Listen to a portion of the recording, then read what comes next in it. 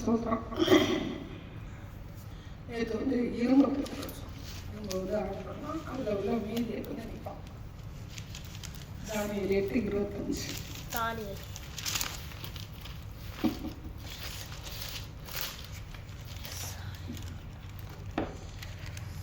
அவன் தன் உபாயத்தினால் வஞ்சகத்தை கைகூடி வர பண்ணி தன் இருதயத்தில் பெருமை கொண்டு நிர்விசாரத்தோடு இருக்கிற அநேகரை அழித்து அதிபதிகளுக்கு அதிபதியாய் இருக்கிறவருக்கு விரோதமாய் எழும்புவான். ஆனாலும் அவன் கையினால் அல்ல, வேறு விதமாய் முறித்து போடப்படுவான்.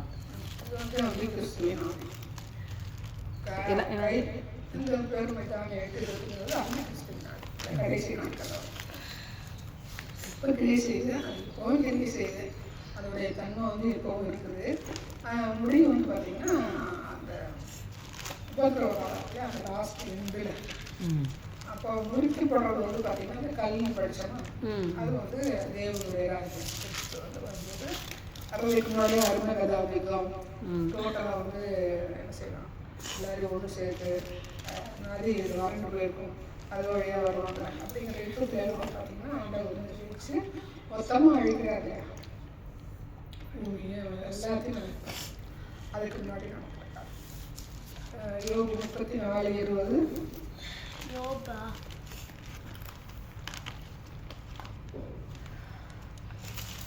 யோபு 34 தான். 34:20.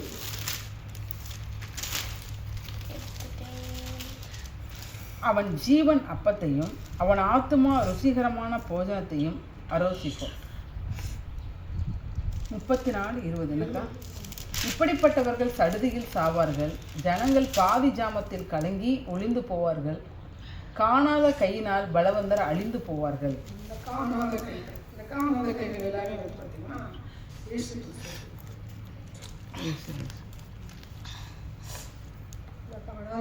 காணாத கை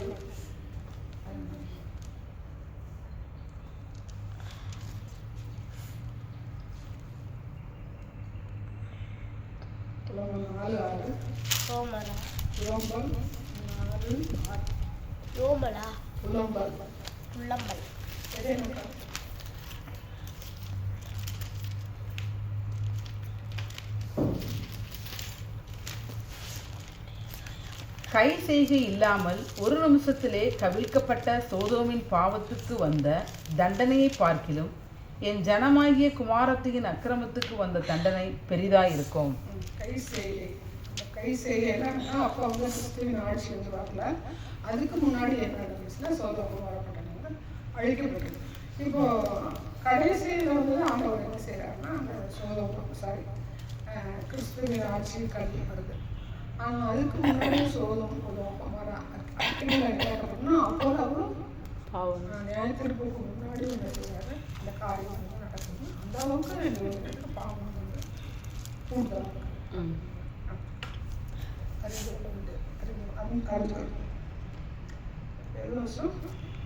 யோபு 4:6. சரி, புலம்பல் 4:6. கை செய்கை இல்லாமல் தானியேல் 2:36.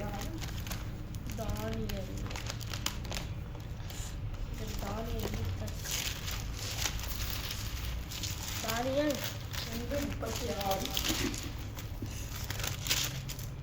சொப்பனம் இதுதான், அதன் அர்த்தத்தையும் ராஜ சமூகத்தில் தெரிவிப்போம். அவர் பார்த்தாங்க ஒரு சில அதுக்குரிய இந்த காரியம் தானியேல் 2:30.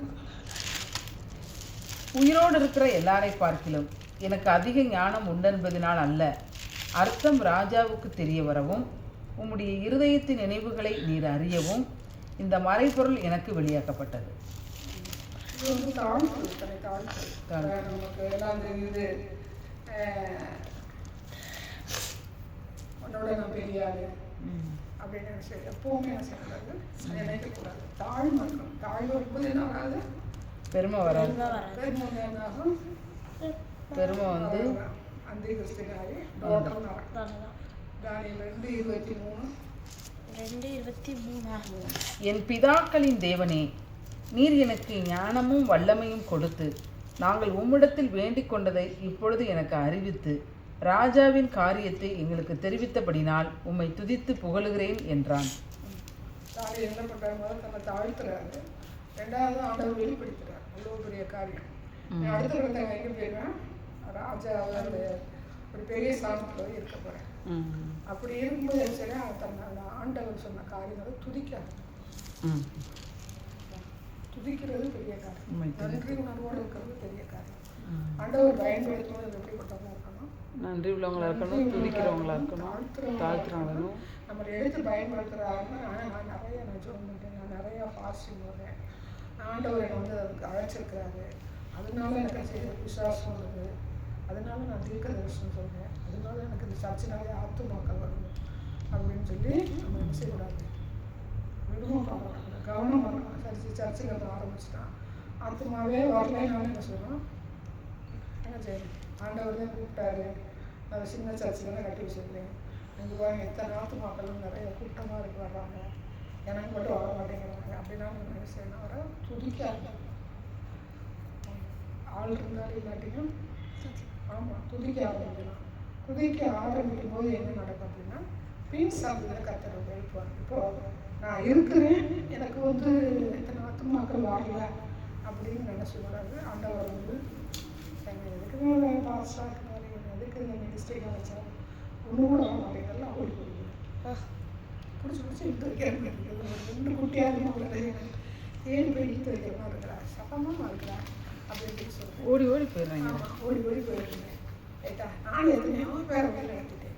ஆனால் யார் நினச்சி நிற்கிறேன்? அந்த ஒன்றே அதையும் கூட பிடிச்சி தப்போ வரைக்கும் சில நேரம் சொன்ன முடிய மாட்டேங்குது, அந்த டயத்துக்கு வர மாட்டேங்க. அப்போ நான் என்ன செய்யக்கூடாது? என்னத்துக்கு அந்த மினிஸ்ட்ரி கையில் கொடுத்தீங்க, எதுக்கு நீங்கள் போட்டு அல்லாடி கிடக்குது? ஒரு விடு ஒரு 1000 பேர் 2000 பேர் இருக்கிற சபையில் என்ன செய்வாங்க? அவங்க பாட்டுக்கு சர்ச்சு சர்ச்சை சரி சொன்னால் மழை பெஞ்சா கூட என்ன செய்கிறாங்க? அப்போ ஓடி வர ஆரம்பிக்கிறாங்க. நம்ம இங்கே கவனி, இங்கே கவனி கையது. அப்போ இப்போ நான் வந்து ஒரு சரி கேட்குறாங்க, கேட்கலாம், அது வேலை கேட்டான். ஏதோ ஒரு யூடியூப்ல போகிறேன், பார்க்குறேன் போனேன், அது ஒன்றும் பிரச்சனை இல்லை. ரைட்டா? ஏதோ ஒன்று பார்ப்பாங்கன்னு பார்த்தீங்கன்னா ஆசீர்வாதத்தை பார்ப்பாங்க. ரைட்டா? ஆசீர்வாதமாக பேசணும்னு சொல்லுவாங்க, பார்ப்பாங்க, வருவாங்க. ஆனால் நம்ம இங்கே என்ன பண்ணுறோம்? பைபிள் வச்சு ஒரு மாதக்கணக்காக மெசேஜ் எடுத்து படிச்சுருக்கோம். படிக்கும்போது பாதிகள் புரியும், பாதிகள் புரியாது. மெசேஜ் ஓப்பன் பண்ணி பார்த்தா ஒன்றும் புரியாது. குழந்தைங்க என்ன சொல்ல போகிறாங்கன்னா முடிச்சு போயிடுவாங்க. ரைட்டா? அப்போ இது நான் இப்போ போஸ்ட் பண்ணி ஆட்களை வந்து நான் கூப்பிட்டாலே யாரும் செய்ய மாட்டேங்கிறாங்க, வர மாட்டேங்கிறாங்க. ஏன் வர மாட்டேங்கிறாங்க? இப்படி சண்டை போடுறாங்க, சர்ச்சுக்கு போ, வாசம் போடு, வாசம் போடு, எங்கே போகாத, பக்கத்து வீட்டுக்கு போகாத, தீபாவளி கொண்டாடுங்க. அந்த தீபாவளி கொண்டாடுன்னு சொல்கிறவங்கிட்ட வேக மாட்டேன். ரைட்டா? அப்போ இது தானியேல் என்ன கற்றுக்கணும்? அவருக்கு ஒரு நண்பருக்கு எல்லாத்தையும் கொடுக்குறாரு, அவர் துடிக்கிறாரு, மகிமைப்படுத்துறாரு. பக்கத்தில் துண்டு எடுத்து துண்டு எடுத்து ரைட்டா? அப்போ தானியேல் பயன்படுத்துகிறாரு, வல்லமை எடுத்து பயன்படுத்துகிறாரு, உயர்ந்த ஸ்தானத்தில் கொண்டு வைக்கிறாரு. அப்போ பிள்ளைங்க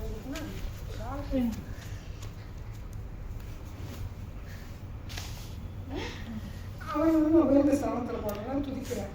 ஆனால் எனக்கு வந்து இப்போ நான் எதுவுமே வந்து நேர் ஆப்போசிட், யார் ஆத்மாக்கெல்லாம் வரல. இந்த ஒரு சபை ஒரு ஷெட்டு கூட என்னால் செய்ய முடியல, போட முடியல. இப்படிப்பட்ட சூழ்நிலையில் என்ன செய்யணும்? மாணவரை துதிக்க, ஸ்தோத்தரிக்க, என்ன இந்த நிலைமையில் வச்சிருக்காருங்கிற நம்ம இதான் அதுதான் பெரிய விஷயம். எனக்கு வந்து ஹை போஸ்ட் கொடுத்துட்டாரு, நல்ல நிலைமை வச்சுட்டாருன்னா நம்ம துதிக்கோ ஸ்தோத்தரிக்கும். ஆனால் இப்போ நான் இருக்கிற நிலைமை தானியேலை காட்டிலும் உயர்ந்த நிலம். அதுதானே தானியேலுக்கு போஸ்ட் கொடுத்தாரு, எங்கே போயிட்டாரு? ஒரு பெரிய அதிபதியாகிட்டார். ஆனால் எனக்கு உலக பிரகாரமான ஒரு போஸ்டிங் இல்லாட்டிங்க, புரியுதா? இப்போ எனக்கு நான் இருக்கிற நிலைமை வந்து நான் நினைக்கிறேன் எல்லாரும் காட்டிலும் கர்த்தர் உயர்ந்த நிலையில் வச்சிருக்கிறார். இன்னைக்கு போய் மோடி போய் இந்த பைபிள் கொடுத்தா படிச்சுட்டு வரேன், விஜய் தான் படிச்சு சொல்லுவாங்க, படிப்பார் பார்க்காம புதிய அர்த்தம் சொல்லுவாங்க. சொல்ல மாட்டார். அவர் பிரதமர், அவர் விஜய் தானே பெரிய கட்சி தலைவர். ஆனால் அதை காட்டில் மகிமையாக நடத்துகிற யாரை வச்சுருக்காரு? என்ன வச்சுருக்காரு? இந்த மெசேஜை கேட்டுட்டு நீங்கள் வேறு மெசேஜ் கேட்டீங்கன்னா உங்களுக்கு ஒன்றுமே இல்லாமல். ஆனால் யாரும் என்ன செய்ய மாட்டாங்க? பிசாசு கேட்க விட மாட்டாங்க. அந்த மாதிரி புரியுதா? தானியேல் 2:34. நீர் பார்த்து கொண்டிருக்கும் போதே கைகளால் பெயர்க்கப்படாத ஒரு கல் பெயர்ந்து உருண்டு வந்தது. அது அந்த சிலையை இரும்பும் களிமண்ணுமாகிய அதன் பாதங்களில் மோதி அவைகளை நொறுக்கி போட்டது. இப்போ கல் செய்கை கைகள் அப்படிலாம் படித்தோம் இல்லையா? அதுதான் இந்த பெயர்க்கப்படாத கல் அப்படிங்கும்போது எங்கேருந்து வந்துச்சுன்னு தெரியாது. பட் ஆனால் அவர் வந்து யார்? இயேசு கிறிஸ்து. இயேசு கிறிஸ்து இந்த உலகத்துலேருந்து பிறந்தார். பரலோகத்துலேருந்து இங்கே வந்து மனுஷனாக பிறந்தார். பழையபடி என்ன சொல்றாரு? உயிர் தெழுந்து போயிட்டார். ஆனால் அவர் எங்கே இருந்து வந்தாலும் யாரும் மரியாளுக்கு சொல்கிறாரு. மரியாதை வந்து தூதன் சொல்கிறேன், இயேசு கிறிஸ்து உங்கள் வயத்தில் வந்து பரிசுத்த இருக்கும் பராப்பா இருந்துச்சு. அது மாதிரி பிறந்துட்டார். ஆனால் எப்படி பிறந்தார்? எங்கே இருந்து வந்தார்? அது எப்படி நடந்துச்சு? அக்கா தெரியும். அதே மாதிரி உயிரோடு எழுந்திரிச்சிட்டாரு.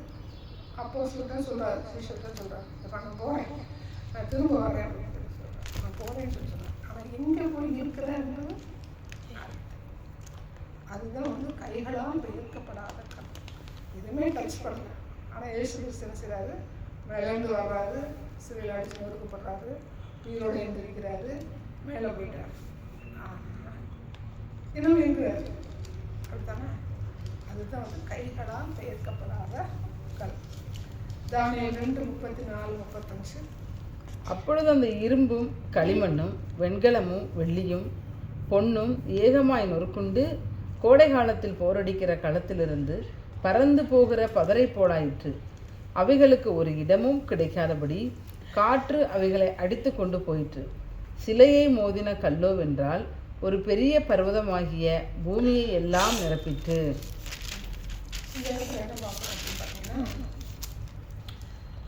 பொண்ணு பற்றி படிக்கணும். வெள்ளி வெண்கலம் இரும்பு படிச்சிருக்கோம், ஈயம் படிச்சிருக்கோம். இரும்போட தொடர்ச்சியாது ஈயம் படிச்சிட்டோம். நம்ம என்ன படிக்கிறோம்? பொண்ணும் படிக்கலாம், பித்தளையும் படிக்கலாம். டோட்டலாக வரும்போது படிப்போம். நேரம் இருக்கும்போது பொண்ணும் பித்தளையும் படிக்கலாம். சரியாக படிச்சிடும். இது வந்து நம்ம கல்லுன்னு சொல்ல மாதிரி என்ன செய்யுதுன்னா, அவருடைய ராஜ்யம் கட்டப்படும் போது இங்கே இருக்கிற அசுத்தவி இப்போ கொஞ்சத்தில் ஓடுலையா அசுத்தவி. ஆனால் அவர் ராஜ்யம் கட்டப்படும் போது பார்த்தீங்கன்னா தூள் தூளாக்கிடுவார். ஒன்றும் இல்லாமல்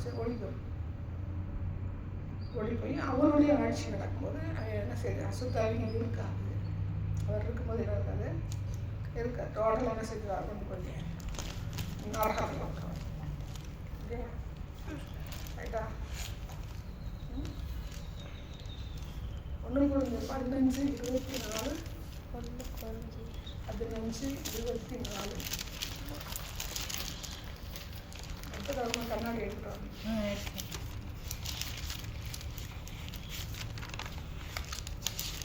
அதன் பின்பு முடிவு உண்டாகும். அப்பொழுது அவர் சகல துரைத்தனத்தையும் சகல அதிகாரத்தையும் வல்லமையும் பரிகரித்து தேவனும் பிதாவுமாய் இருக்கிறவருக்கு ராஜ்யத்தை ஒப்புக் கொடுப்பார். இது வந்து கடைசி கலைப்படம் சொன்னோம் பார்த்தீங்களா? அந்த கடைசி நாட்கள்லாம் நடக்க வேண்டியது. நம்ம வெளிப்படுத்தல் படிக்கும்போது அந்த கடைசி நாட்கள் நடக்க வேண்டியது என்னென்னு படிப்போம். காலங்கள் இருந்தால் நம்ம என்ன செய்வோம்? ஒரு தலைப்போடு என்ன செய்யலாம்? நம்ம பார்க்கலாம். இது வந்து கடைசி நாட்களில் நடக்கிறது. அது புதிய ஏற்பாடு யார் சொல்கிறான்? பவுல் சொல்கிறான். தானியேல் சொன்னதை சொன்னதை யார் சொல்கிறான்? பவுல் சொல்கிறான். ஏசாயா 41:15.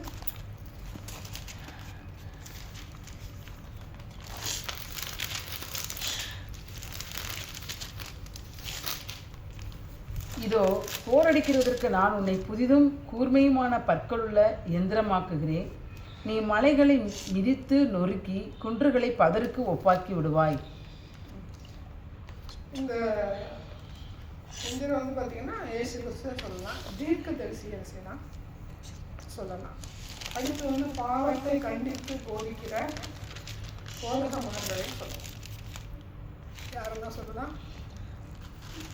ஒரு பாஸ்டராக இருக்காருன்னா ஒரு பாவத்தை கண்டித்து உணர்த்தி அந்த பரிசுத்தத்துக்கு நேரம் வந்து பரலோகத்துக்கு அந்த விசுவாசிகளை கொண்டு போகிற போதகர்களையும் சொல்லணும். இயேசு கிறிஸ்துவையும் சொல்லலாம். இயேசு கிறிஸ்துவை அடுத்த தீர்க்கதரிசிகளையும் சொல்லணும். தீர்க்கதரிசின்னு எப்படி சொல்லணும்? ஆசீர்வாதம் சொல்லவும் கிடையாது. எரேமியா, எசேக்கியேல், தானியேல், அப்புறம் 12 தீர்க்கதரிசி இருக்காங்க. அப்புறம் இவங்க இருக்காங்க இல்லையா, பிலிப்போட பிள்ளைங்க இருந்தாங்க. அப்போ ஒருத்தவங்க தீர்க்க தரிசனம் சொன்னீங்கன்னா உள்ளே இருக்கிறதும் வெளியே வரும்.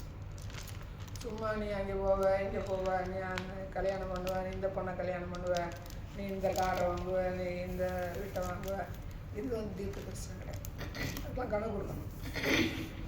எனக்கு தரிசனத்தில் காமிச்சாரு, மேலே உள்ள கலர் கீழே உள்ள கலர் காமிச்சாரு, அந்த காரை அவர் எனக்கு கொடுத்தாரு அப்படிங்கிறலாம் போய் தீர்க்க தரிசனம் அந்தி கிறிஸ்துவ.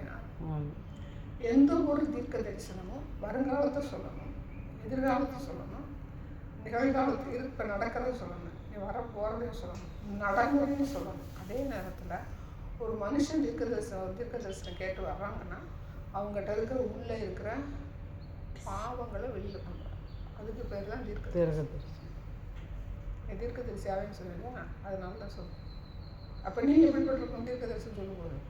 நீ பாவம் இல்லாமல் இருந்தா ஏன்னா அந்த தீர்க்க தரிசனம் உண்மையான தீர்க்க தரிசனம். ஆண்டு வசதி உள்ளே வந்துக்கிட்டு ஏரிச்சுமா சொல்லு அப்படின்னு சொல்லிடும்.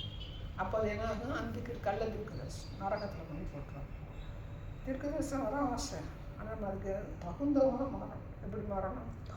பைபிள் படிக்கணும், ஜெபம் பண்ணணும், ஆராயணும், கீழ்ப்படியணும். நம்மகிட்ட வந்து பொய், களவு, எந்த ஒரு காரியமும் இருக்கவே கூடாது. அது சுத்தமாக இருக்கணும். ரைட்டா? இப்போ என்னை பார்த்துட்டு ஏதாவது குற்றம் நீங்கள் சொன்னேன்னு வச்சுக்கோங்க, என்கிட்ட ஏதாவது குறை கண்டுபிடிச்சிட்டா நான் அதை ஒத்துக்கணும். இப்போ நான் உனக்கு முன்னாடி வந்து நான் குறை ஆளாக இருக்குதுன்னு வச்சுக்கேன், இல்லாட்டி நீங்கள் வந்து இதில் வந்து எனக்கு வந்து உடன்பாடு இல்லை, நீங்கள் இப்படி செய்கிறீங்க அப்படின்னு சொல்லும்போது நான் என்ன செய்யணும்? சரி நீ சொல்கிறேன்னு நான் சரியா அக்கா நான் அதை எனக்கு சொல்லக்கூடாது. நான் சொன்னேன் சரி எனக்கு நான் அதை மாற்றிக்கிறேன். அதுக்கு பிறகு பரிசுத்தம். அப்படி இருக்கிறவங்க தீர்க்க தரிசனம் சொல்லணும். மற்ற தீர்க்க தரிசனம் சொல்கிறாங்க, உலகத்தில் சொல்கிறாங்க. ஒரு கூட்டம் ஜனம் போகுது, ரைட்டா? கல்யாணத்துக்காக ஒரு கூட்டம் சொல்லுவாங்க, காதுகத்துக்காக ஒரு சொல்லுவாங்க, ரைட்டா? ஆசீர்வாதத்துக்கான வியாபாரிகளுக்காக ஆசீர்வாதத்துக்காக ஒரு கூட்டம் இருக்குது. இங்கெல்லாம் எங்கே போவாங்க? நரகத்துக்கு போவாங்க. சொல்கிறவங்க நரகத்துக்கு போவாங்க, கேட்குறவங்க நியாயம் இருக்கலை, சத்தியம் இருக்கான். நான் மட்டும் வரல போய் மீது நரகம். நான் அப்படி இருந்தேன், நானும் நரகத்தை தான் போவேன். இருந்துட்டு நான் தான் சொன்னேன். அப்படி இருந்துட்டு நான் என்னை மாற்றிக்கிட்டேன்னா எங்கே போக மாட்டேன் நரகத்துக்கு போவாங்க. ரைட்டா? வெளிப்படுத்தல் 6:2. வெளிப்படுத்துதல் 6.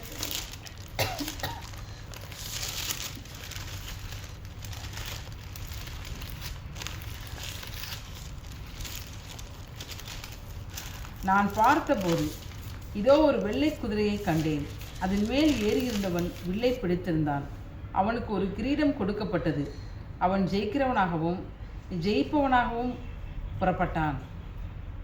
இது வந்து அந்த நம்ம 7 வருஷம் இருக்கையா அப்போ உள்ள காரியங்கள் அதை அப்போ நம்ம பார்ப்போம். 28:16. ஏசாயாவா? அது 2 விதமான கருத்துக்கள் இருக்குது. அதை வெளிப்படுத்துகிற விசேஷம் பார்க்கும்போது எச்சரிக்கை முடிச்சுட்டு இன்னும் இருக்குது இல்லை, எச்சரிக்கை முடிச்சுட்டு அதுக்கு வெளிப்படுத்துகிற விசேஷத்துக்கு போகணும். அப்போ பார்க்கலாம். ஏசாயா 28:16. ஆதலால் கர்த்தராகிய ஆண்டவர் உரைக்கிறதாவது, இதோ அஸ்திபாரமாக ஒரு கல் நான் சீயோனிலே வைக்கிறேன்.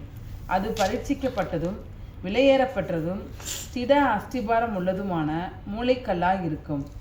விசுவாசிக்கிறவன் பதறான். இது இயேசு கிறிஸ்து தான். இந்த அஸ்திபாரம் போது பரலோகம் பரீட்சிக்கப்பட்டது அப்படிங்கும்போது பார்த்தீங்கன்னா அவர் எல்லா விதத்துலையும் என்ன செஞ்சார்? சோதிக்கப்பட்ட பாவங்களாக வந்து நமக்காக பாடுபட்ட மரித்த 3ஆம் நாள் வந்து எண்ணி விட்டார். வலது வாசத்தில் வச்சிருக்கிறாங்க இருக்காருன்னா அது எதிரே இருக்கு. இது வந்து இயேசு கிறிஸ்து. சகரியா 3:9. சகரியா 3:9.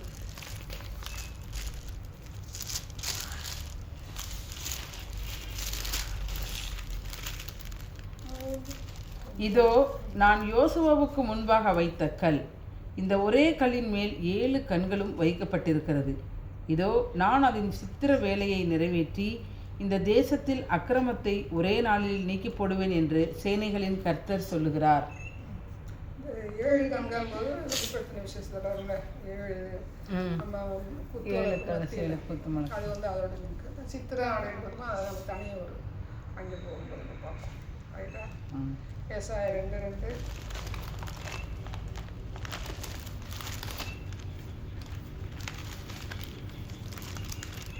கடைசி நாட்களில் கர்த்தருடைய ஆலயமாகிய பர்வதங்களின் கொடுமுடியில் ஸ்தாபிக்கப்பட்டு மலைகளுக்கு மேலாய் உயர்த்தப்படும். எல்லா ஜாதிகளும் அதற்கு ஓடி வருவார்கள்.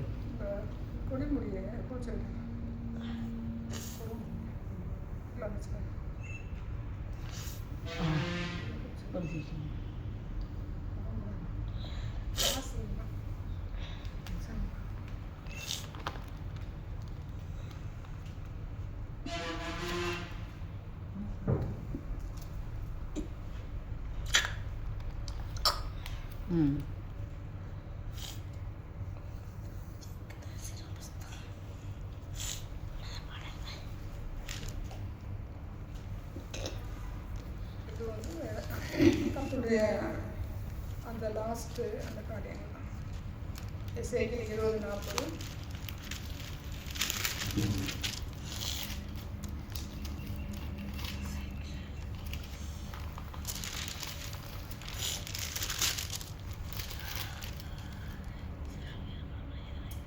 20:40 இஸ்ரவேலின் உயரமான மலையாகிய என் பரிசுத்த மலையிலே இஸ்ரவேலுடைய எல்லா வம்சத்தாருமாகிய தேசத்திலுள்ள அனைவரும் என்னை சேவிப்பார்கள் என்று கர்த்தராகிய ஆண்டவர் சொல்லுகிறார்.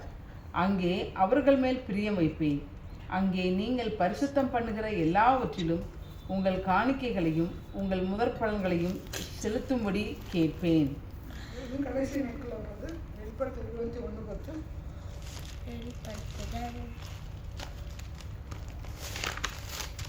வெளிப்படுத்தல் 21:10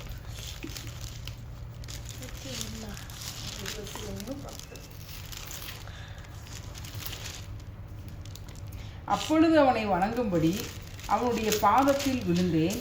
அவன் என்னை நோக்கி, இப்படி செய்யாதபடிக்கு பார், உன்னோடும் இயேசுவை குறித்து சாட்சியிட்ட உன் சகோதரரோடு கூட நானும் ஒரு ஊழியக்காரன். தேவனை தொழுதுகள். இயேசுவை பற்றின சாட்சி தீர்க்க தரிசனத்தின் ஆவியாய் இருக்கிறது என்றான்.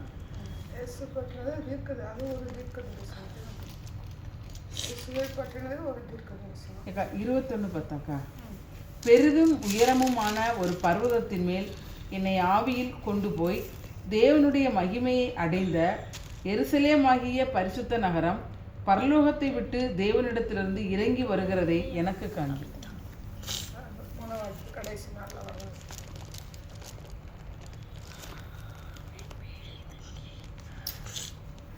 தானியேல் 2:45 தானியேல் 2:45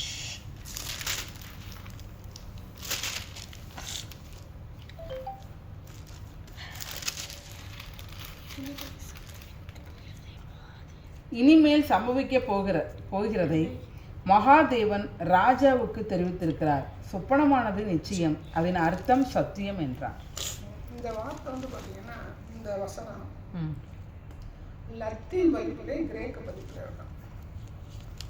இந்த தானியேல் 2:45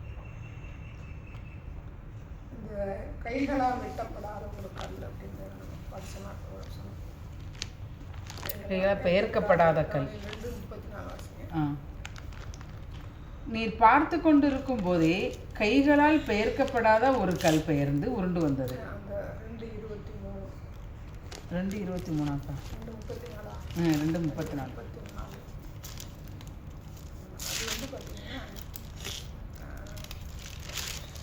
கல்தேயன் மொழி.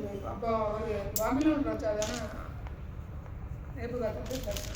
அப்போ அவங்களுடைய மொழிபெயர்ப்பு வந்து பார்த்தீங்கன்னா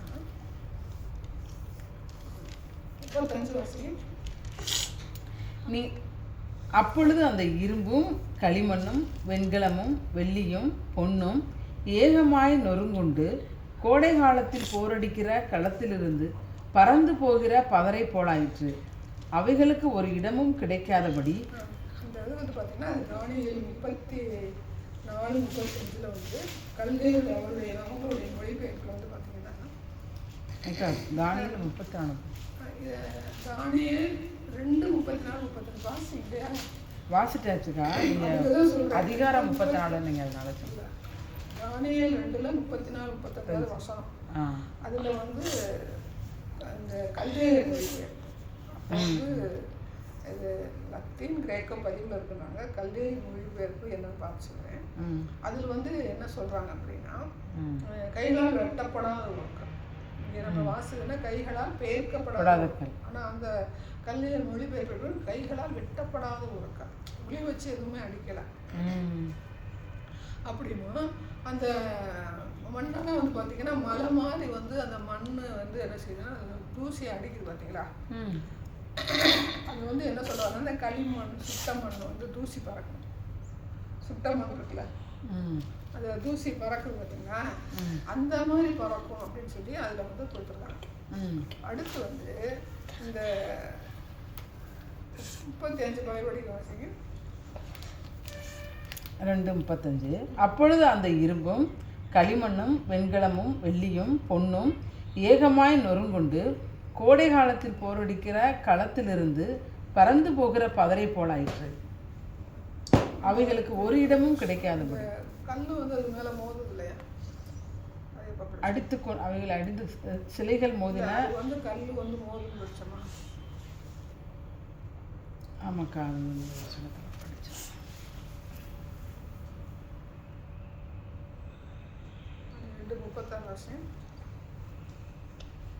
சொப்பனம் இதுதான், அதன் அர்த்தத்தை ராஜசிம்மத்தில் இல்லை. அந்த கல் வந்து மோதி அது ஃபஸ்ட்டு வந்து அந்த கல் சிலைக்கு மேலே மோதுறது. காற்றவைகளை அடித்து சிலைகள் மோதின கல்லோ வென்றால் ஒரு பெரிய பருவதமாக்கி அதுக்கு முன்னாடி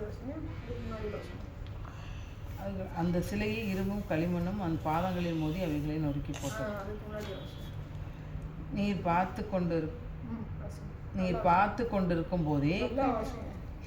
பார்த்து கொண்டிருக்கும் போதே கைகளால் பெயர்க்கப்படாத ஒரு கல் பெயர்ந்து உருண்டு வந்தது. அது அந்த சிலையை இரும்பும் களிமண்ணுமாக்கிய அதன் பாதங்களில் மோதி அவைகளை நொறுக்கி போட்டது. பாதங்களில் மோதி நொறுக்கி போட்டது அப்படிங்கிறது பாபிலோன் மொழிபெயர்ப்பு என்ன சொல்லியிருக்காங்கன்னா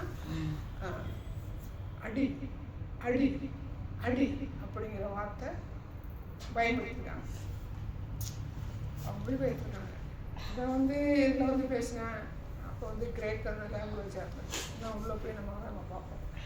அப்போ கிரேக்கத்தில் வந்து நான் பேசியிருக்கேன். லத்தீனே மொழிபெயர்த்திருக்காங்க. லத்தீன் வந்து நேபுகாத்நேச்சார் காலங்களுக்கு பின்னாடி வந்ததுதான், முன்னாடி ஜெரம் அதனால லத்தீன் எழுதியிருப்பார் ஆரம்பத்தில் இருந்துச்சாங்க.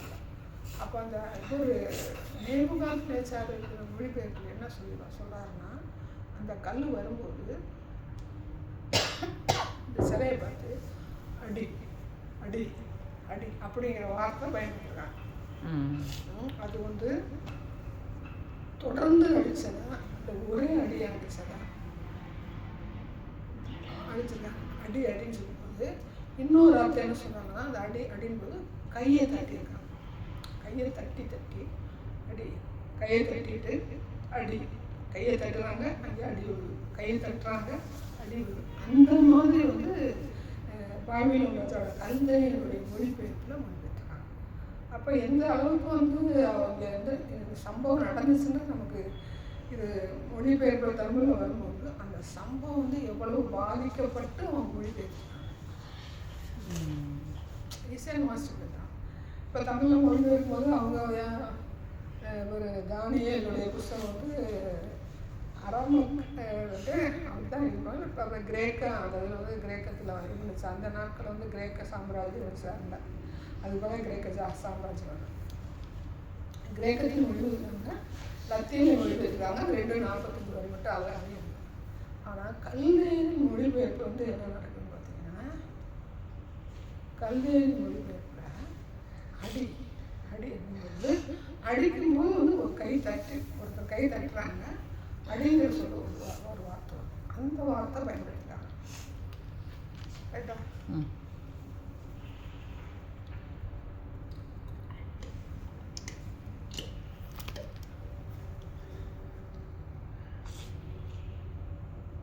அந்த ரெண்டு வார்த்தையும் வந்து பார்த்தீங்கன்னா ஒரே மாதிரி. அந்த அடிங்கிறது வந்து அவங்களுடைய மொழி.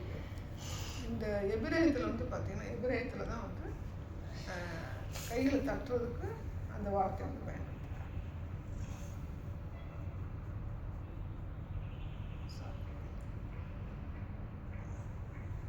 எபிரேய மொழி அவங்க இதில் எபிரேய மொழிபெயர்ப்பு வந்து அனுப்பிச்சிருக்காங்க.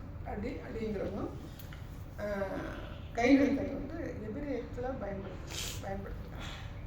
அதில் பயன்படுத்திருக்காங்களா அந்த ஒரு தான் கல்வியில் வெட்டப்படப்படல மட்டும்தான் வந்து எங்கே பாருங்க இதுவா இருக்கு. இருமா தண்ணி இது சில்லுன்னு இருக்கு. பக்கத்தில் வாங்கிவா ஒன்று தானே இருந்த.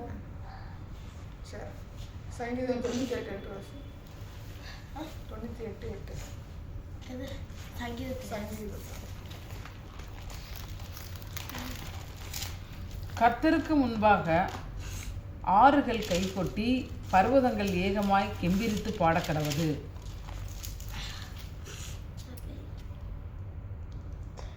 ஏசாயா 52:12 55:12 ஏசாயா 52:12 55.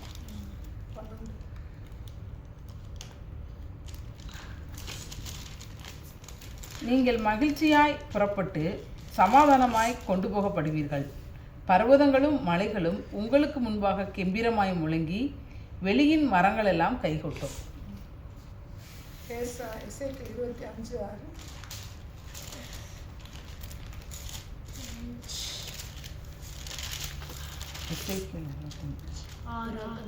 கர்த்தராகிய ஆண்டவர் சொல்கிறது என்னவென்றால், இஸ்ரவேல் தேசத்துக்கு விரோதமாக நீ கை கொண்டு உன் காலால் கைகொட்டி உன் காலால் தட்டி வர்மம் வைத்து அகட்டினம் பண்ணினபடினால் தானியேல் 2:35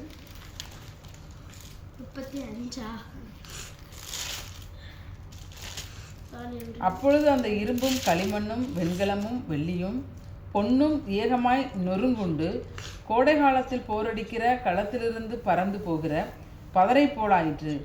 அவைகளுக்கு ஒரு இடமும் கிடையாதபடி காற்று அவைகளை அடித்து கொண்டு போயிற்று. இப்போ 2:45 வந்து 2:45 வந்து பார்த்தீங்கன்னா இவங்களுடைய மொழிபெயர்ப்பு, அது கல்வியுடைய மொழிபெயர்ப்பு. 2:34 வர கைகள் வந்து வெட்டப்படாத ஒரு கல்னா எங்கே மொழிபெயர்க்கிறாங்கன்னா கிரேக்க மொழிபெயர்ப்பில் வந்து அந்த வார்த்தை இருக்குது. அந்த லத்தீன் கிரேக்கத்தில் வந்து அந்த தானியேல் 2:45 இருக்குது. இந்த அடிங்கிற வார்த்தை கைகொட்டுங்கிற வார்த்தை வந்து பார்த்தீங்கன்னா எபிரேயத்தில் வந்து பயன்படுத்தியிருக்கிறாங்க.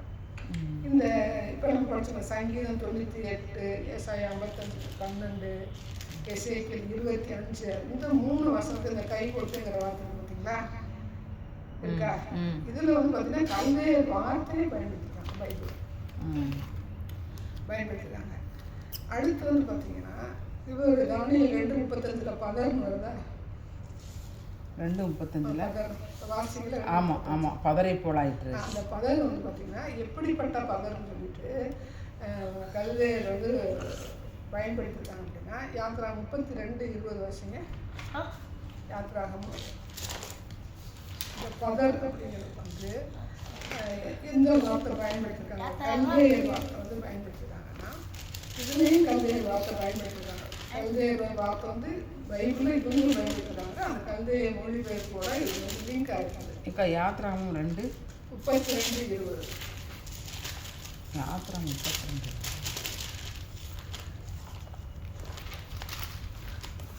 32:20 அவர்கள் உண்டு பண்ணின கன்றுக்குட்டியை எடுத்து அக்கினியில் சுட்டரித்து அதை பொடியாக அரைத்து தண்ணீரின் மேல் தூவி அதை இஸ்ரவேல் புத்திரர் குடிக்கும்படி செய்தான்.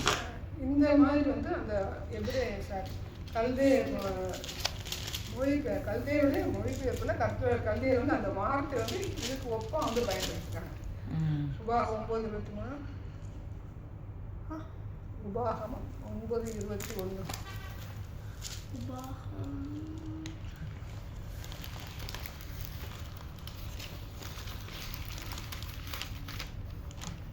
9:21. உங்கள் பாவக்கிரியையாகிய அந்த கன்றுக்குட்டியை நான் எடுத்து அக்கினியில் எரித்து அதை நொறுக்கி தூளாய் போகும் மட்டும் அரைத்து அந்த தூளை மலையிலிருந்து ஓடுகிற ஆற்றிலே போட்டு விட்டேன். இதுக்கு ஈடாக வந்து பார்த்தீங்கன்னா அந்த பதர் அப்படிங்கிறது வந்து கல்தேயருடைய அந்த லாங்குவேஜில் அந்த பாஷை வந்து பயன்படுத்துகிறாங்க. ஏசாயா 41:15. 41:15. இதோ போரடிக்கிறதற்கு நான் உன்னை புதிதும் கூர்மையுமான பற்களுள்ள யந்திரமாக்குவேன். நீ மலைகளை மிதித்து நொறுக்கி குன்றுகளை பதருக்கு ஒப்பாக்கி விடுவாய். அந்த பதர் வந்து இது எல்லாமே வந்து பார்த்தீங்கன்னா அந்த அந்த கண்ணுக்குட்டி சம்பவத்தில் நடந்துச்சு. அதை மைண்டில் வச்சு தான் வந்து இந்த வார்த்தைகள்லாம் வந்து வந்திருக்கு. இந்த கல்லேறு மொழிபெயர்ப்பே இருக்குது. அந்த வார்த்தையை தான் இவங்க எடுத்து பயன்படுத்துங்க. யார் இந்த பைபிளில் வந்து எழுதுனா பழைய ஏற்பாட்டு புஸ்தகம் 2 ராஜாக்கள் 23:15. 2 ராஜாக்கள் 23:15.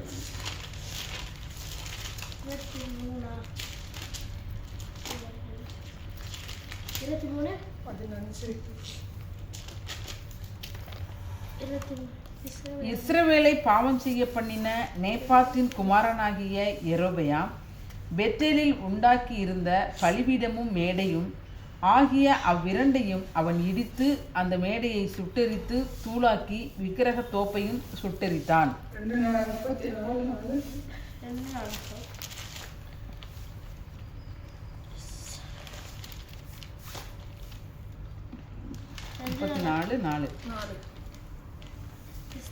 அவனுக்கு முன்பாக பாகால்களின் பலிபிடங்களை இடித்தார்கள். அவைகளின் மேலிருந்த சிலைகளை வெட்டி விக்கிரக தோப்புக்களையும் வார்ப்பு விக்கிரகங்களையும் வெட்டு விக்கிரகங்களையும் உடைத்து நொறுக்கி அவைகளுக்கு பலியிட்டவர்களுடைய பிரேத குழிகள் மேல் தூவி பூஜாசாரிகளின் எலும்புகளை அவர்களுடைய பலிபிடங்களின் மேல் சுட்டெரித்து இவ்விதமாய் யூதாவையும் எருசலேமையும் சுத்திகரித்தான்.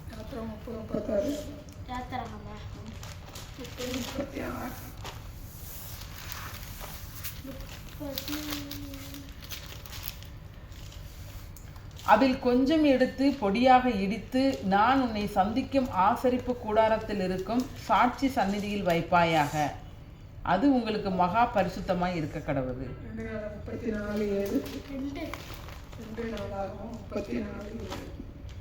அவன் இஸ்ரவேல் தேசம் எங்குமுள்ள பலிபீடங்களையும் விக்கிரக தோப்புகளையும் தகர்த்து விக்கிரகங்களை நொறுக்கி தூளாக்கி எல்லா சிலைகளையும் வெட்டி போட்ட பின்பு எருசலேமுக்கு திரும்பினான். 2 ராஜாக்கள் 23.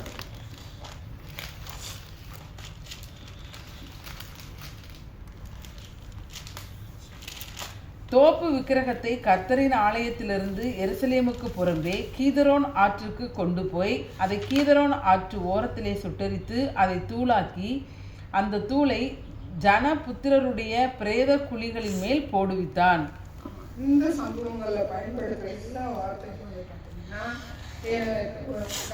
கைகளால் கேட்கப்படாத இயேசுடைய கல்வெட்டு அந்த பதறாக்குறதுக்கு இந்த கல்வியுடைய வார்த்தை.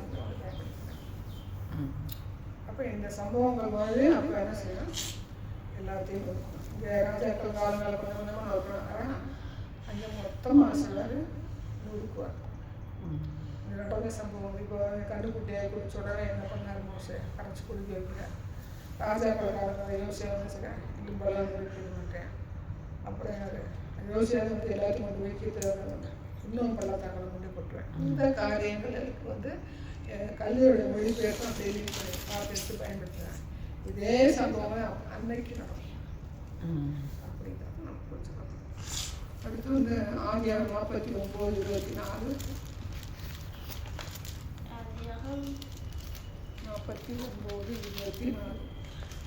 ஆனாலும் அவனுடைய வில் உறுதியாய் நின்றது. அவன் புயங்கள் யாக்கோபுடைய வல்லவரின் கரங்களால் பலத்தன. இதனால் அவன் மேய்ப்பனும் இஸ்ரவேலின் கண்மலையும் ஆனான். இது யாரை குறித்து சொல்கிறோம்? 49:24 யாரை குறித்து சொல்கிறாங்க? யோசேப்பு.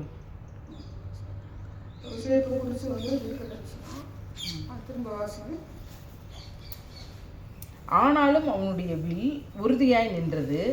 அவன் புயங்கள் யாக்கோபுடைய வல்லவரின் கரங்களால் பலத்தன. மேசியா.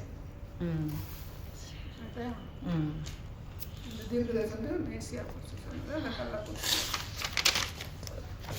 சங்கீதம் 18:22. சங்கீதம் 18:22.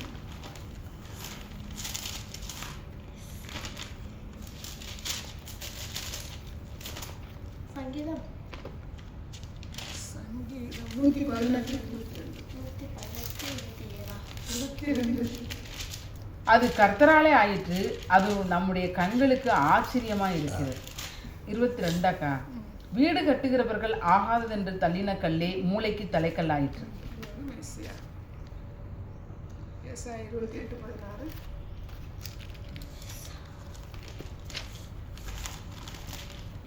ஏசாயா 27. ஆதலால் கர்த்தராகிய ஆண்டவர் உரைக்கிறதாவது, இதோ அஸ்திபாரமான ஒரு கல் நான் சீயோனிலே வைக்கிறேன். அது பரீட்சிக்கப்பட்டதும் விலையேறப்பட்டதும் திட அஸ்திபாரம் உள்ளதுமான மூளைக்கல்லாய் இருக்கும். 8:16.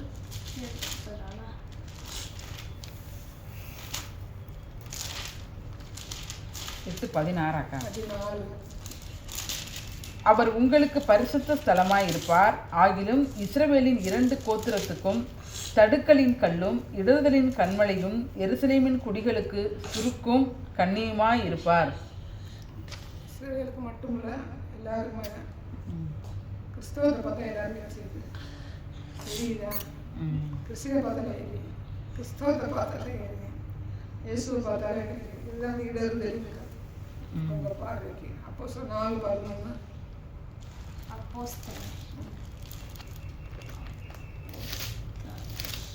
4:11. வீடு கட்டுகிறவர்களாகிய உங்களால் அற்பமாய் எண்ணப்பட்ட அவரே மூளைக்கு தலைக்கல்லானார். உங்களுக்கு முன்னாடி எப்படி இருக்காரு? அற்பமா யாரும் கிறிஸ்தவனை பார்த்தா என்ன செய்யணும்? இலக்காரமாக இருக்கும். மற்றவங்க பார்த்தா பயன்படுறேன். கிறிஸ்தவனை பார்த்தா மேலே ஏறிக்கிறேன். அப்படித்தானே? ஆமாம். 1 Pétரு 2:7-8. 1 Pétru 2:7-8. 1 Pétru. ஆகையால் விசுவாசிக்கிற உங்களுக்கு அது விலையேறப்பெற்றது. கீழ்ப்படியாமல் இருக்கிறவர்களுக்கோ வீட்டை கட்டுகிறவர்களால் தள்ளப்பட்ட பிரதான மூளைக்கல்லாகிய அந்த கல் இடறுவதற்கு ஏதுவான கல்லும் விழுகுவதற்கு ஏதுவான கண்மலையுமாயிற்று. அவர்கள் திருவசனத்திற்கு கீழ்ப்படியாதவர்களாய் இருந்து இடறுகிறார்கள். அதற்கென்றே நியமிக்கப்பட்டவர்களாயும் இருக்கிறார்கள். திருவசனத்துக்கு கீழ்ப்படியாதவங்க யாரா? அதற்கென்றே நியமிக்கப்பட்டவர். அதனால ஆண்டவர் முன்னக்கூட்டியே திட்டம் பண்ணிட்டாரு அப்படின்லாம் கிடையாது.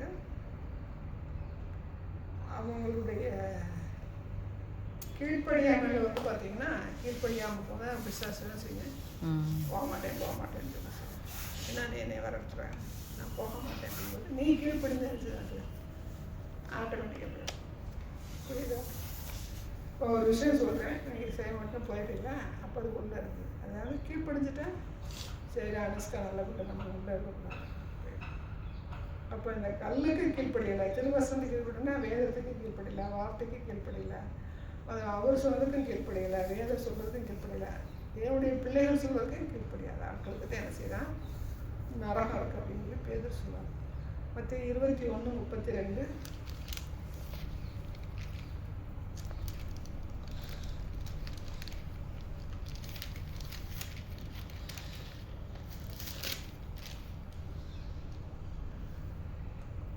ஏனென்றால் யோவான் நீதிமானாய் உங்களிடத்தில் வந்திருந்தும் நீங்கள் அவனை விசுவாசிக்கவில்லை. ஆயக்காரரும் வேசிகளுமோ அவனை விசுவாசித்தார்கள். அதை நீங்கள் கண்டும் அவனை விசுவாசிக்கும்படியாக பின்பாகிலும் மனஸ்தாபப்படவில்லை என்றார். இப்போ நம்ம அந்த ஏசாயிலிருந்து மத்திய வரைக்கும் நம்ம என்ன பார்த்தோம்னா, ஆண்டவரை பற்றி தெரிஞ்சும் எப்படி போயிடுவாங்க. ஆண்டவருக்கு கீழ்ப்படியாமல் போகிற ஆட்களுக்கு ஆண்டவர் எப்படிப்பட்டவராக இருக்கிறாங்கன்னா, இடர்களுக்கு ஏதுவான ஒரு கல்லா. அந்த ராஜ்யத்தில் வந்து பார்த்தீங்கன்னா, அங்கே கடைசி நாட்கள் என்ன செய்வாங்க, அதனுடைய விளைவுகளை சந்திப்பாங்க. இப்போ இவங்க சந்திப்பாங்களா அப்படின்னா, நியாய தீர்ப்பில் சந்திப்பாங்க.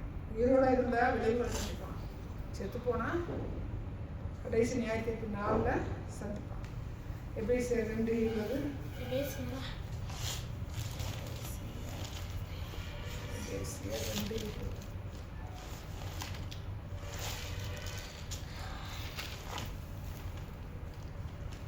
அப்போஸ்தலர் தீர்க்கதரிசிகள் என்பவர்களுடைய அஸ்திபாரத்தின் மேல் கட்டப்பட்டவர்களுமாய் இருக்கிறீர்கள். அதற்கு இயேசு கிறிஸ்து தாமே மூளைக்கல்லாய் இருக்கிறார். இவங்க யாரு? ஆண்டவரை ஏற்றுக்கிட்டோம். எங்கே போயிடுவாங்க? பரலோகம் போயிடுவாங்க. விசுவாசிக்கு விசுவாசிக்குள்ள வித்தியாசம். மேசியாவுடைய ராஜ்யத்தில் அடுத்து புறஜாதி அவங்களுக்கு ஒன்று. இந்த கல் வந்து எப்படிப்பட்டதாக இருக்கும்? தானியேல் 2:35.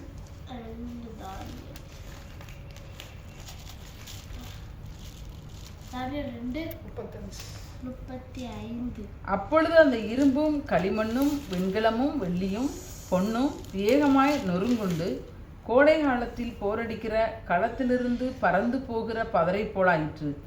அவைகளுக்கு ஒரு இடமும் கிடையாதபடி காற்று அவைகளை அடித்து கொண்டு போயிற்று. சிலையை மோதின கல்லோவென்றால் ஒரு பெரிய பர்வதமாகிய பூமியை எல்லாம் நிரப்பிற்று.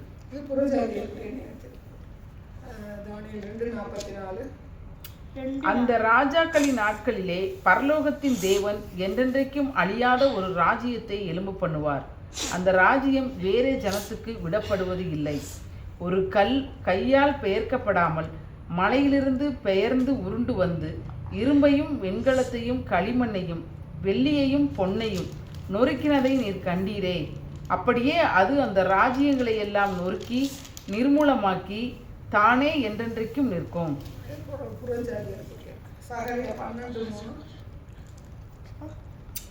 ஒரு நிமிஷம். 2:40.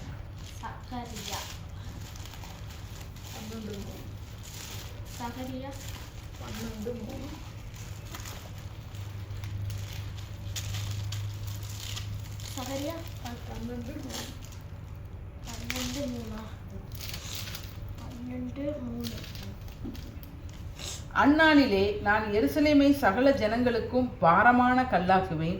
அதை கிளப்புகிற யாவரும் சிதைக்கப்படுவார்கள். பூமியில் உள்ள ஜாதிகள் எல்லாம் அதற்கு விரோதமாய் கூடிக்கொள்வார்கள். இது வந்து இஸ்ரவேலுக்கு விரோதமாக எழுந்திருக்கக்கூடிய நியாயத்தீர்ப்பு. இஸ்ரவேலுக்கு விரோதம் என்ன செய்யக்கூடாது, எப்பவுமே எழும்பக்கூடாது. இது வந்து புறஜாதிக்குரியதான்.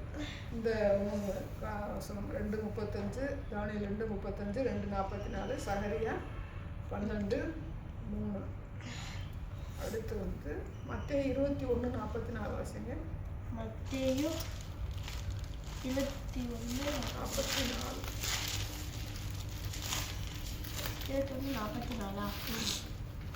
இந்த கல்லின் மேல் விழுகிறவன் நொறுக்கி போவான்.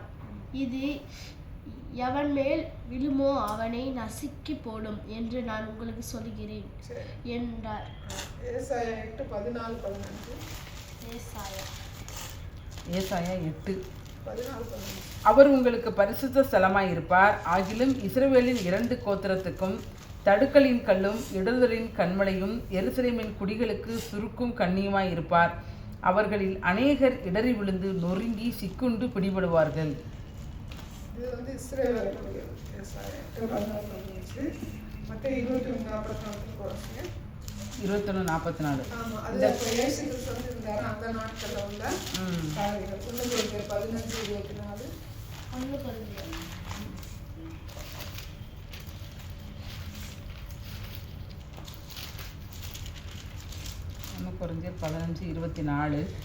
அதன் பின்பு முடிவு உண்டாகும். அப்பொழுது ஒரு சகல துரைத்தனத்தையும் சகல அதிகாரத்தையும் வல்லமையும் பரிகரித்து தேவனும் பிதாவுமாய் இருக்கிறவருக்கு ராஜ்யத்தை ஒப்புக் கொடுப்பார். இது வந்து புதிய ஏற்பாட்டு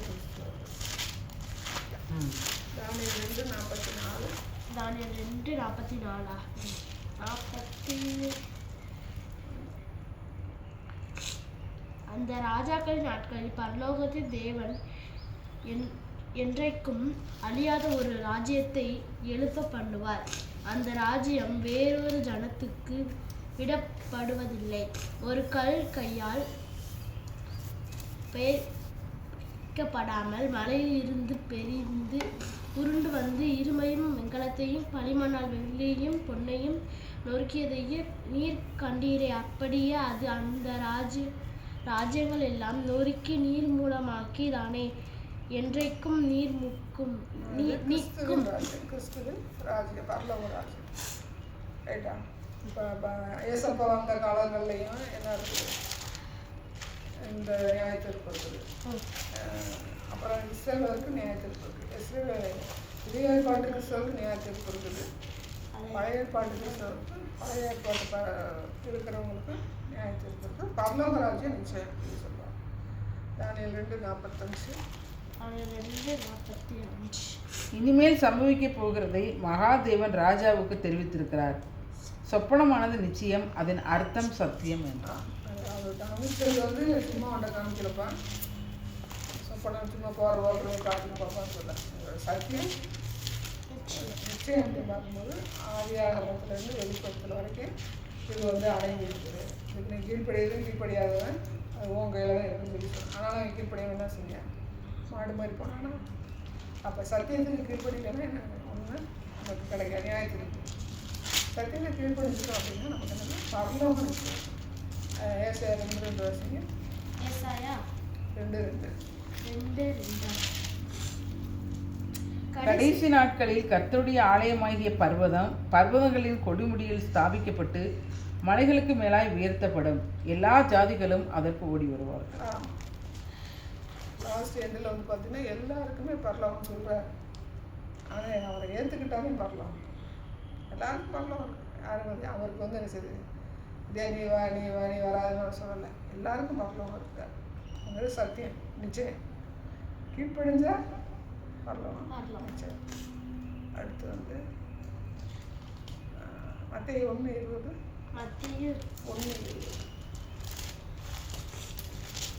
அவன் இப்படி சிந்தித்துக் கொண்டிருக்கையில் கர்த்தருடைய தூதன் சொப்பனத்தில் அவனுக்கு காணப்பட்டு, தாவீதின் குமாரனாகிய யோசேப்பே, உன் மனைவியாகிய மரியாளை சேர்த்து கொள்ள ஐயப்படாதே, அவளிடத்தில் உற்பத்தியாய் இருக்கிறது பரிசுத்த ஆவியினால் உண்டானது.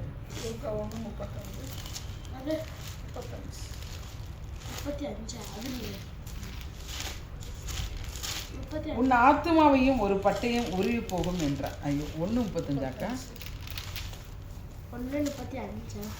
தேவதூதன் அவளுக்கு பிரதியுத்தரமாக, பரிசுத்த ஆவி உன்மேல் வரும், உன்னதமானவருடைய பலம் உன்மேல் நிழலிடும், ஆதலால் உன்னிடத்தில் பிறக்கும் பரிசுத்தம் உள்ளது தேவனுடைய குமாரன் எனப்படும்.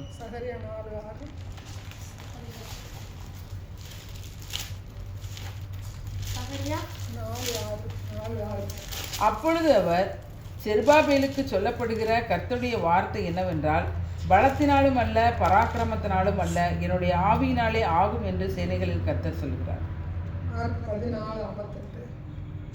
என்னது மார்க்கா?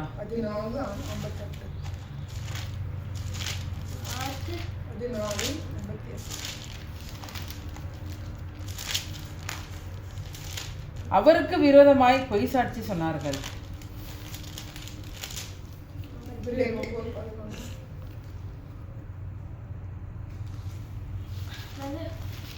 எபிரேயர் 9:11. கிறிஸ்துவானவர் வரப்போகிற நன்மைக்குரிய பிரதான ஆசாரியராய் வெளிப்பட்டு கையினால் செய்யப்பட்டதாகிய இந்த சிருஷ்டி சம்பந்தமான கூடாரத்தின் வழியாக அல்ல, பெரிதும் உத்தமமுமான கூடாரத்தின் வழியாகவும். அடுத்த ராசனம்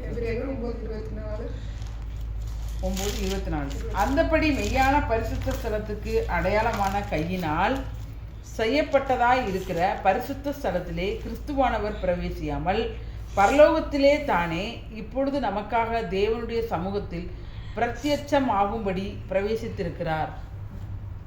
இது வந்து பார்த்தீங்கன்னா இயேசு கிறிஸ்து அப்படின்னு சொல்லி சொன்னோம்னா சும்மாலாம் இயேசு கிறிஸ்து ஆண்டவர் முன்னக்கூடி தீர்க்க தரிசனம் மூலமாக வந்து என்ன சொன்னார், இயேசு கிறிஸ்து அந்த உலகத்தில் பிறப்பார், அவர் வந்து தேவனுடைய குமாரன். தேவனுடைய குமாரன்னா 100% என்னது, ஆண்டவர் தான் வராது, பிரியக்கூடாது, ரைட்டா? வராது தேவனுடைய குமாரன் அப்படின்னு பார்க்கும்போது, தேவனுடைய குமாரன் என்னப்படுவார் அப்படின்னு பார்க்கும்போது தேவன் குமார் ரெண்டுமே. அடுத்து அங்கே பார்த்தீங்கன்னா அடுத்ததில் வந்து பார்த்தீங்கன்னா ஆவியினால செருபவர்கள் சொல்கிறாரா, அதே பரிசுத்தாவில நீங்கள் வரும். அடுத்து வந்து சிலுவை பாடம் குறிசாட்சி சொன்னாங்கன்னா சிலுவை பாடம் முடிச்சிட்டார். அதுக்கப்புறம் அடுத்து எப்படியே 9 வந்து பலி செலுத்தி முடிச்சிட்டார். இப்போ எங்கே இருக்கிறாரு, மேலே இருக்கார். அப்போ நம்ம இயேசு கிறிஸ்து ஒரு கல் வந்தால் கைகால் பேர்க்கப்படாத கல், அதனால நம்ம இயேசு கிறிஸ்து லிங்க் பண்ண முடியாதா? முடியும்.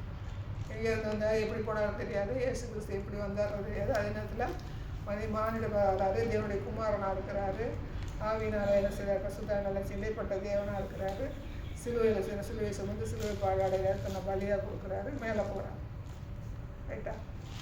அப்போ பெயர்க்கப்படாத கல் அப்படின்னு சொல்லும்போது வேதத்தில் என்ன இருக்குது, நமக்கு ஆதாரம் இருக்குது. 2 Corinthians 5:1 வாசியம். 2 Corinthians 5:1.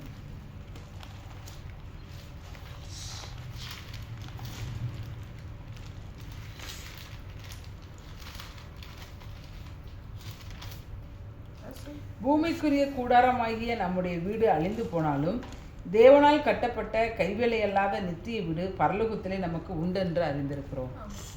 அந்த கைகளால் பெயர்க்கப்படாத கல் அப்படி அதே மாதிரி தான் வந்து பார்த்தீங்கன்னா நம்மளுடைய பரலோக ராஜ்யமும் அந்த ஒப்புமைக்கு தான் கொண்டு வராங்க, ரைட்டா?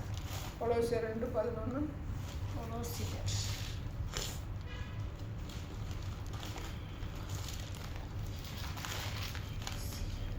அல்லாமலும் நீங்கள் கிறிஸ்துவை பற்றும் விருத்த சேதனத்தினாலே மாம்சத்திற்குரிய பாவ சரீரத்தை களைந்து விட்டதினால் கையால் செய்யப்படாத விருத்த சேதனத்தை அவருக்குள் பெற்றீர்கள். இது ஆவிக்குரிய ஒரு நிலை. யோவான் 18:36. யோவான் 18:36. யோவான் 18:36.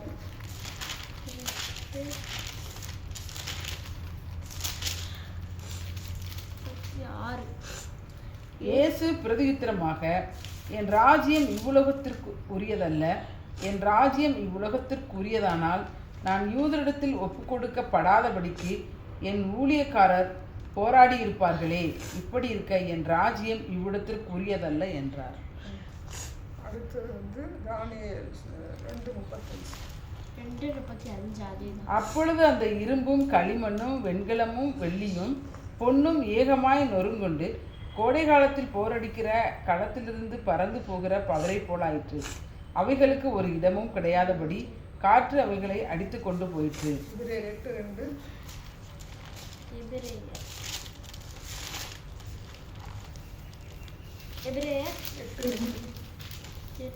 பரிசுத்த ஸ்தலத்திலும் மனுஷரால் அல்ல கர்த்தரால் ஸ்தாபிக்கப்பட்ட மெய்யான கூடாரத்திலும் ஆசாரிய ஊழியம் செய்கிறவருமாய் இருக்கிற பிரதான ஆசாரியர் நமக்கு உண்டு.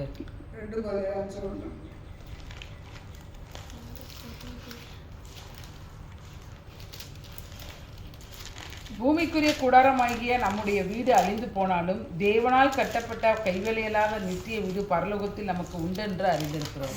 2:35 சொன்னா அந்த காரியம் வந்து எபிரேயர் 8:2 2 Corinthians 5:1 வந்து லிங்க் தொடர்ந்து. தானியேல் 8:25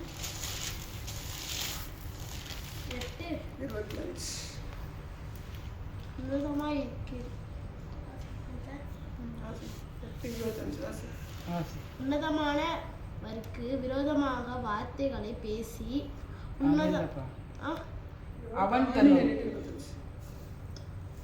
அவன் தன் உபாயத்தினால் வஞ்சகத்தை கைகூடி வர பண்ணி தன் இருதயத்தில் பெருமை கொண்டு நிர்விசாரத்தோடு இருக்கிற அநேகரை அழித்து அதிபதிகளுக்கு அதிபதியாய் இருக்கிறவருக்கு விரோதமாய் எழும்புவான். யோபுவா 34:20.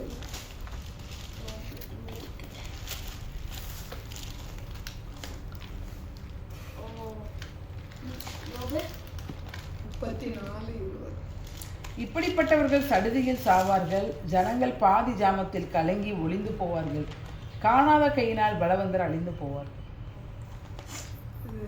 புலம்பல் 4:6.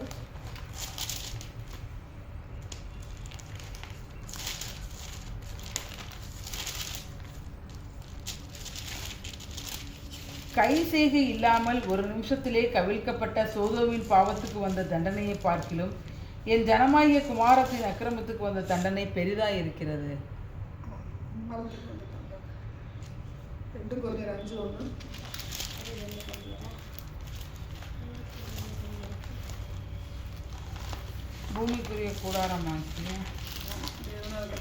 பூமிக்குரிய கூடாரமாகிய நம்முடைய வீடு அழிந்து போனாலும் தேவனால் கட்டப்பட்ட கைவேலை அல்லாத நித்திய வீடு பரலோகத்தில் நமக்கு உண்டு என்று அறிந்திருக்கிறோம். எபிரேயர்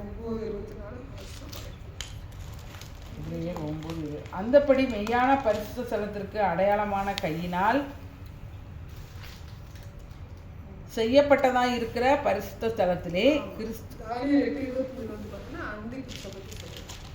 இந்த 34:20 காணாத கைகள் அந்த ஒழிந்து போகும்போது காணாத கைகள்னா அந்த கல் ஒழிந்து போவானே அந்த அந்தி கிறிஸ்து பின்னாடி போகிற ஒழிந்து போவான். புலம்பல் 4:6 வந்து பார்த்தீங்கன்னா அந்த கை செய்கை அப்படின்னு பார்க்கும்போது பார்த்தீங்கன்னா இஸ்ரவேலர் அதை வந்து சொன்னாங்க அழிந்து போவார்கள்.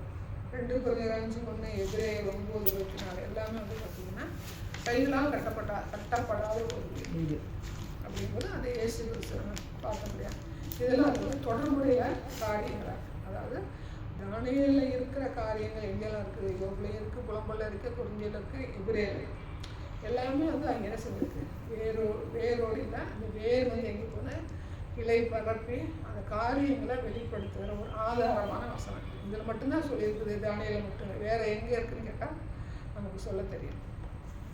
வேறு சொல்லியிருக்கீங்க கைகளால் பேக்கப்படாத கல்லுன்னா வேறு எந்த புத்தகத்தில், சரி வேறு எந்த புத்தகத்தில் இதில் இருக்குது, எங்கள் யோபில் இருக்கா, புலம்பல் இருக்கான்னு நமக்கு என்ன செய்யணும், சொல்ல தெரியும். எல்லா இடத்துலையும் இருக்கணும் அப்பா அப்படின்னு நம்ம என்ன செய்யணும், சொல்ல தெரியும். மத்திய 21:42, 21:42.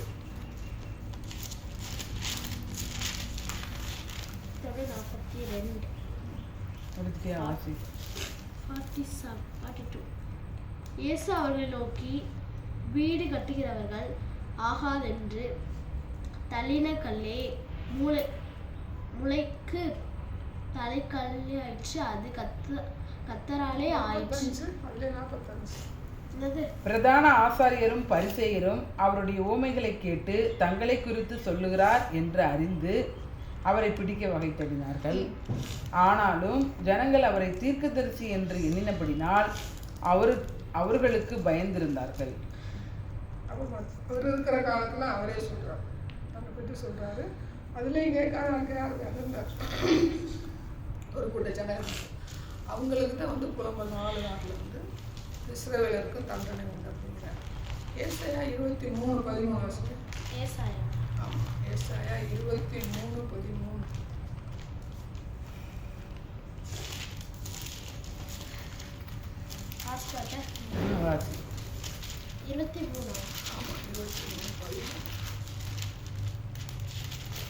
நீங்களோ சந்தேசித்து கழித்து ஆடு மாடுகளை அடித்து இறைச்சியை சாப்பிட்டு திராட்சை ரசத்தை குடித்து புசிப்போம் குடிப்போம் நாளைக்கு சாவோம் என்று சொல்வீர்கள். இந்த 23:13 வந்து பார்த்தீங்கன்னா எபிரேய வார்த்தை வந்து அதில் வந்து பயன்படுத்திருக்காங்க. இது புசிப்போம் குடிப்போம் நாளைக்கு சாவோம் அப்படின்னு சொல்லும்போது அந்த எபிரேய வார்த்தை வந்து எதில் வந்து லிங்க் ஆகுதுன்னா, அந்த பொண்ணு சிலையில் வந்து தானியல் பார்த்தா இல்லையா, மார்பு, உடல், வயிறு, தொடைகள் மேற்கொள், இது எல்லாம் மின்களான ஒரு காரியத்தை குறிக்கிற எதிரே வார்த்தை தான் இங்கே பயன்படுத்துகிறாங்க. அப்போ எதோட லிங்க் ஆகுது, இன்னைக்கு சாப்பிட்டு நாளைக்கு சாவோன்னு சொல்றது வந்து எங்கே போய் சேர்றது பார்த்தீங்களா. இப்போ புதையம் இருக்குது, மாடாப்பழம் செழிப்பு இருக்கிற வரைக்கும் அனுபவிச்சுட்டு நம்ம எங்கே போகிறோன்னு தெரியாது. அப்போ வேறு எங்கே கொடுக்குறது, இன்றைக்கு பிடிச்சிட்டு நாளைக்கு சாப்பிடும், அது ஒரு பெரிய கொள்கை ஏற்படுச்சு. எங்கேயுமே சேர்ந்து அப்போ அந்த வார்த்தை வசனம் வந்து ஆண்டவர் அங்கேயே வச்சிருக்காரு. நம்ம என்ன செய்யணும், ஒன்றி நொங்க எடுக்கிறது கிடையாது. சரி, தானியேல் 3:8.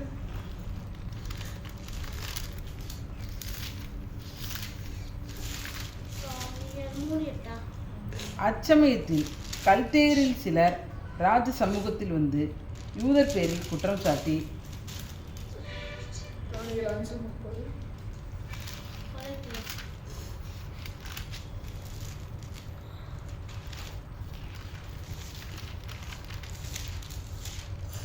அன்று ராத்திரியிலே கல்தேயரின் ராஜாவாகிய பெல்தாசார் கொலை செய்யப்பட்டான்.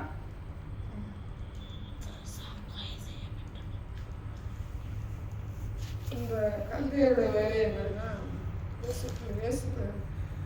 கிறிஸ்தவங்களை குறை சொல்கிறேன் சுபாவம். ஒரு கொலை நடக்குது அப்படின்னா என்ன நடக்குது? கிறிஸ்தவங்களுக்கு விரோதமாக இருக்கும்போது நார்மலாக நம்ம யோசிக்கணும். செத்து போயிட்டாங்க, வெட்டி போயிட்டாங்க, சத்தியத்தை கேட்காம இருப்பாங்க. தெய்வ பிள்ளைகளுக்கு விரோதமாக இருக்கும்போது என்ன நடக்கும்? கூறுபட்ட காரியம் சும்மா விடப்பட்டாங்க. சுபாவம் யாருடைய சுபாவம்? குற்றம் சொல்கிறது, மற்றவங்களுக்கு மேலே குற்றம் சொல்கிற சுபாவம் யார்? கல்வியுடைய சுபாவம். அவர் சொல்கிறார்ல, அவர் ஆண்டவர் சொல்கிறார்ல, அதை வந்து விளங்க மாறிடுறேன், அடிமரத்தை என்ன செஞ்சு விட்டுருங்க, அப்போ வேற எடுத்துருங்க. அப்போ அந்த வேறு இன்ன வரைக்கும் இருக்கு. கல்தேயர் ஆள் இல்லை, ஆனால் தேவனுக்கு விரோதமனை மோடி எழுதுறாரு. அது யாரு? கல்தேயருடைய சுபாவம். வேறு தேவனுடைய பிள்ளைகளுக்கு விரோதமாக எழும்பும்போது அது யாரு? கல்தேயருடைய சுபாவம். யாராக இருக்கட்டும். அப்போ அவங்களுக்கு முடிவு என்னது? ஒருத்தர் சாதனை அப்படிங்கும்போது அதை வந்து கண்டிப்பாக தேவனுக்கு விரோதமாக சாசனத்தாலும் தேவனுக்கு விரோதம். இப்போ நம்ம போன ராமாயண பட்டிக்கு இந்த பையன் சொன்னேன், இது பண்ணாதீங்க. இதுதான் கல்தேயருடைய பேர். தேவனுக்கு விரோதமாக வீட்டுக்காக வச்சுக்கிறாங்க, பண்ணாதீங்க அப்படிங்கும்போது அந்த கல்தேயருடைய சுபாவம். இன்னைக்கு திரும்பியும் அவங்க ஆண்டவர் ரட்சிப்பாரு, அவங்கள சந்தையை நம்ம வந்து சொல்ல மாட்டோம். அதே மீறி கொலை நடக்குது இல்லையா? அது என்ன வேறொழிவு? ஆண்டவர் சொல்லிடுறாருல, அடிமரத்தை விட்டு இருந்தாலும் சொல்கிறார். அப்போ அது நியாய தீர்ப்பு தான் இருக்கு. அப்போ நம்ம எப்படிப்பட்டவங்க இருக்கணும்னா, நம்மளுடைய வேறு நம்மளுடைய சந்ததிக்கு போகிறார், பாவ சந்ததியாக போகிறார், பரிசுத்த சந்ததியாக சொல்லி அவன் போகிறது நம்ம புரியுது? பாவ சந்ததியாக ஒரு தேட்டர் கட்டுறது, டாஸ்மாக் கடை ஓப்பன் பண்ணுறது. இன்னைக்கு சாரி அவங்க இதில் தலைவர்களும் நிறைய பேர் என்ன செய்கிறாங்க, அரசாங்கமே என்ன செய்யுது, மதுபான கொள்கைக்கு வந்து உடம்பு. அப்போ அது வேறு. அப்போ இந்த வேறு எங்கே வரைக்கும் போகும்? விட மாட்டாங்க. இன்னைக்கு இருக்கிறார் அப்படின்னா விட மாட்டார் கத்தர். வேற அப்படி வச்சிருக்கு. என்னைக்கு எடுத்து முடிப்பார்? அந்த துளா பதறா போகிறது எங்கே போய் முடிப்பார்? கடைசி நாட்கள். தூசி அப்புறம் கடைசி நாட்கள். எந்த கரையத்தை வேற விட்டுறாரு, வேற அப்படியே வச்சிருந்தா சொல்லி சொல்லுவாங்க. இந்த பாவ வேறு என்னைக்கு அழிக்கப்படணும் அன்னைக்கு தான் வந்து அது எடுக்கணும் அப்படின்னு சொல்லி நினச்சிருப்பாங்க. சும்மா நான் வாசிட்டு போயிடறேன். அவனை வந்து என்ன சொல்கிறாரு, வெட்டும்போது வேற விட்டுரு அப்படின்னு வாசிட்டு போயிடறேன். ஆனால் அந்த வேர்லேருந்து யார் இருக்குன்னா ஈசா நிற்கலையே, ஏசு ஆபத்தின் வேறு இருக்கும்போது தான் என்ன செய்கிறாரு, அந்த ஈசானிக்கு வேறும்போது என்ன செய்கிறாருன்னா அந்த பரிசுத்த சந்தையை போய் கொண்டுட்டு வருவார். எங்கேருந்து ஸ்டார்ட் ஆகுது பரிசுத்த சந்தை? சேர்த்து அப்படியே பிரித்து சேம் சந்ததியில் வந்து எல்லா பைபிளையும் போனோன்னா அங்கே ஒருத்தரை பிரித்து கொண்டு வந்து என்ன செய்கிறாரு, கடைசியில் இயேசு கிறிஸ்துவோட உலக பிரகாரமான அப்பம் யோசேப்பு வெளிப்பட்டு அதை கொண்டுட்டு வராங்க. அப்புறம் திருட்டு பைபிள் என்ன செய்கிறாங்க, பாவத்தில் தான் விழுகிறாங்க. சிறையிலுக்கு கொண்டு போகிறாரு, அழிக்கிறாரு, கொள்றாரு. ஆனால் இன்னைக்கு என்ன செஞ்சுருக்கிறாரு, இஸ்ரேல் நாட்டில் நிலம் மாற்றி வச்சுருக்கிறாரு. ஆனாலும் அவங்க கிறிஸ்துக்கு வந்தாங்க. அப்போ அந்த வேறு என்னது, எந்த வேறு, யார் போட்ட வேறு? அதான் போட்ட வேறு. தெரியாமல் தான் செய்யணும். தெரிஞ்சது அது எப்படி தெரியாமல் செய்யணும்? தெரியாமல் அறியாமல். இன்னைக்கு இதை ஒரு வாழ்க்கை கொடுத்தோம்னா இதுக்கு எத்தனை வயசு? அது எத்தனை வயசு? 13 வயசு. இதை சாப்பிடாத சொல்லி உனக்கு பிடிச்ச ஃப்ரூட்ஸ் சொல்லு. எனக்கு எது ரொம்ப பிடிக்கும்? ஆரஞ்சு.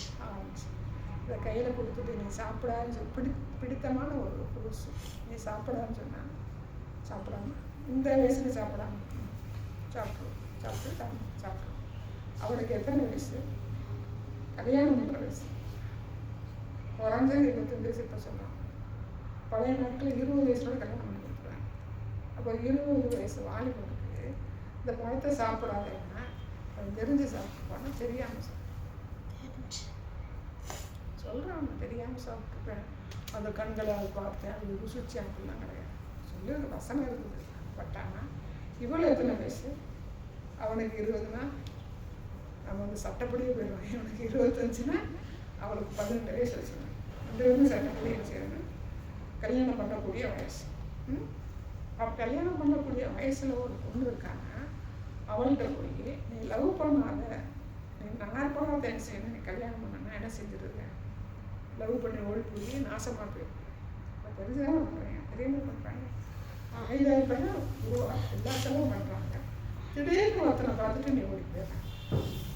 தெரிஞ்சு அப்போ ஆதாம் என்ன பண்ணிடுறேன், ரெண்டு பேருக்கும் தெரிஞ்சு பண்ணிடுவேன், தெரியாமல் பண்ணிடுறேன். அன்னைக்கு 5 மேலே இருக்கிறாங்க வேலை தெரியும் பரலவத்தில் இது. அவன் எங்கே இருந்தாலும் போய் கேள்வி கேட்கணும். ஏன்னா அவனுடைய வேர் தான் அன்னைக்கு இங்கே. அப்போ அந்த வேர் எங்கே போயிட்டு முடியும்? லாஸ்ட் எண்டில் 4 தான் செய்யணும். அது வந்து முடிவு. இப்போ ஒவ்வொரு காரியங்களும் நம்ம என்ன செய்யணும், நிதானமாக பார்க்கும்போது நமக்கு என்ன செய்யணும், பரிசுத்தத்தை நோக்கி ஓடுறதுக்கு நமக்கு வாஞ்ச விருப்பம். பாவம் செய்யக்கூடாது அப்படிங்கிற ஒரு எண்ணம். போகிற போக்கில் படிக்கிறது, போகிற போக்கில் பர்சன் இருக்கிறது, இந்த அவன் பர்சன் நல்லா இருக்கு, இவன் பர்சன் நல்லா இருக்கும் படிக்கிறது. இது படிக்க நமக்கு என்ன செய்ய ஒரு நன்மையை நமக்கு கர்த்தர் என்ன பேசுகிறாரோ நடக்கணும். கர்த்தர் என்ன பேசுகிறாரு வேதத்தை நம்ம வந்து அலசி ஆராய்ந்து பார்க்கணும். கர்த்தர் வந்து இதெல்லாம் உட்காந்து படித்தாலும் பேசுவார். அதை நம்ம வேதத்தை படிக்கிறப்ப தானே அதோட வார்த்தைகளை நம்மளுக்கு கற்றுக் கொடுப்பாரு. அது கர்த்தர் பேசுகிறாங்க. பிள்ளைங்களுக்கு சொல்லி கொடுக்கணும். அப்போ என்ன அது வேறு உரையொலி ஓடும். ரைட்டா?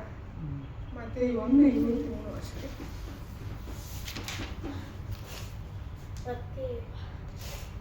அவன் இதோ ஒரு கன்னிகை கர்ப்பவதியாகி ஒரு குமாரனை பெறுவாள், அவருக்கு இம்மானுவேல் என்று பெயரிடுவார்கள் என்று சொன்னான். இம்மானுவேல் என்பதற்கு தேவன் நம்மோடு இருக்கிறார் என்று அர்த்தமா? எப்பவுமே அவர் நம்ம யார் கூட இருக்காரு? நம்மோடு இருக்கிறார். நம்ம கூட தான் இருக்கிறார். நம்ம தான் தேடுவது கிடையாது. எல்லாரும் கூடயும் இருக்கிறார். யார் கூட்டம் வந்துடுறாங்க.